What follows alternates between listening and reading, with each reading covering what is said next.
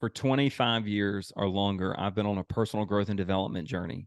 And I've been an avid student, lifelong learner. I take lots of notes, record conversations, make text messages to myself, read the books, go to the masterminds, hire the coaches, all the things, right? And finally, it kind of hit me around the time that I met Jeff Woods and started to lean into the models that he was teaching me in terms of how do you get to the next level that you're wanting to grow to. When all the things came together, I really asked myself, what's the bottom line? What are all the books teaching? What are all the masterminds going over? Like, if you could just reduce it into the top steps, what are they? And basically, it came down to four. One, if you want, and I call it living the good life. What is the good life? The good life is just the life that you want to live. It's your life that you have intentionally chosen to and decided that you want to live, regardless of your circumstances, regardless of your past. You get to decide the future that you want to live. Whatever that is, that's your good life. And so to live the good life, you got to know what you want.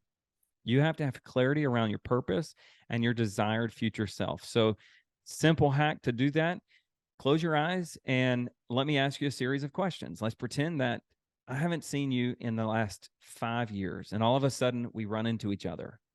And I say, Alexi, how is life treating you? How are you doing? And you answer that question by saying, Wyatt, I have to slap myself every single hour because I can't believe this is the life that I get to live. It feels like a dream. What's happening to your passive income for you to give me that answer? How much money is in your bank account?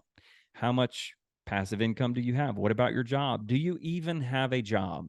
What about your physical health? How is it? Your blood pressure, your body fat? Can you run a marathon, right? For you to say that you're living your best life? What about your key relationships, your personal hobbies, your business, your finances, all those things? Like, I start asking people those questions. Most people don't have an answer. And that's why most people will live lives of average, not because they can't get what they want, simply because they haven't decided what it is that they want. So just asking the question, what does your good life look like? What does your desired future self look like? That's step one. That's step one of what all the books are teaching you, right? And if they're not teaching you that, they assume that you already have the answer. So you have to know what you want. Step two is relationships are everything. You got to get into relationships with people who are already living the life that your desired future self has. Step three is your environment. There is no greater influence on your behaviors than your physical environment. So, what are the behaviors that you need to become habits that build your desired future self? Whatever those behaviors are, you need to design your environment to support those behaviors. And then the fourth thing is community.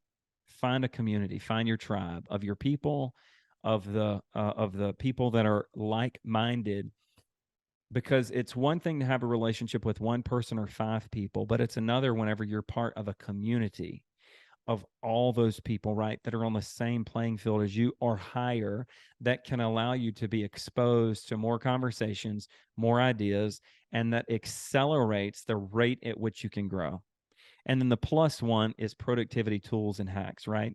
So it's clarity of your future self, relationships, environment, community, and then figuring out the productivity hacks, the tools and the resources that actually help drive your accountability on a daily basis. And we teach and coach all those inside of the Mentee podcast and the mentorship mastermind community. Clarity of future self. And a lot Yes. of people think that their identity, all your identity is the recurring story that you tell yourself, the narrative. And most people's story, most people's narrative that they tell themselves is rooted in their past. I am this way because of all the things that have occurred in my past, when really our identity is the recurring story that we tell ourselves, and we can rewrite that story anytime we want to. And we can write the story of our desired future self and start to rehearse that story today.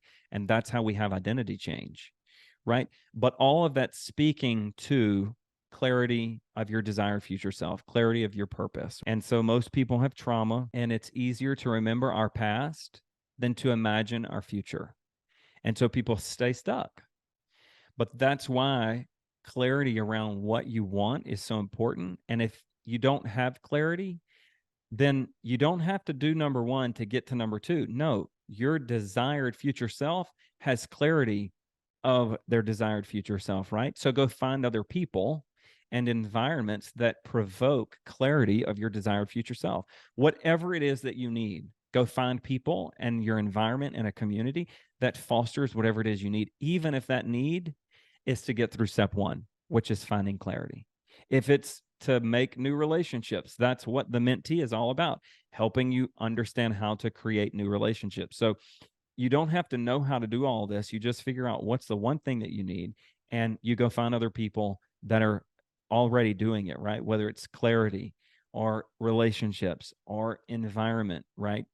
People that are creating environments that are conducive to productivity, communities, right? Whatever it is, it all falls under the bottom line of success, right? Which is what we talk about at the mentee.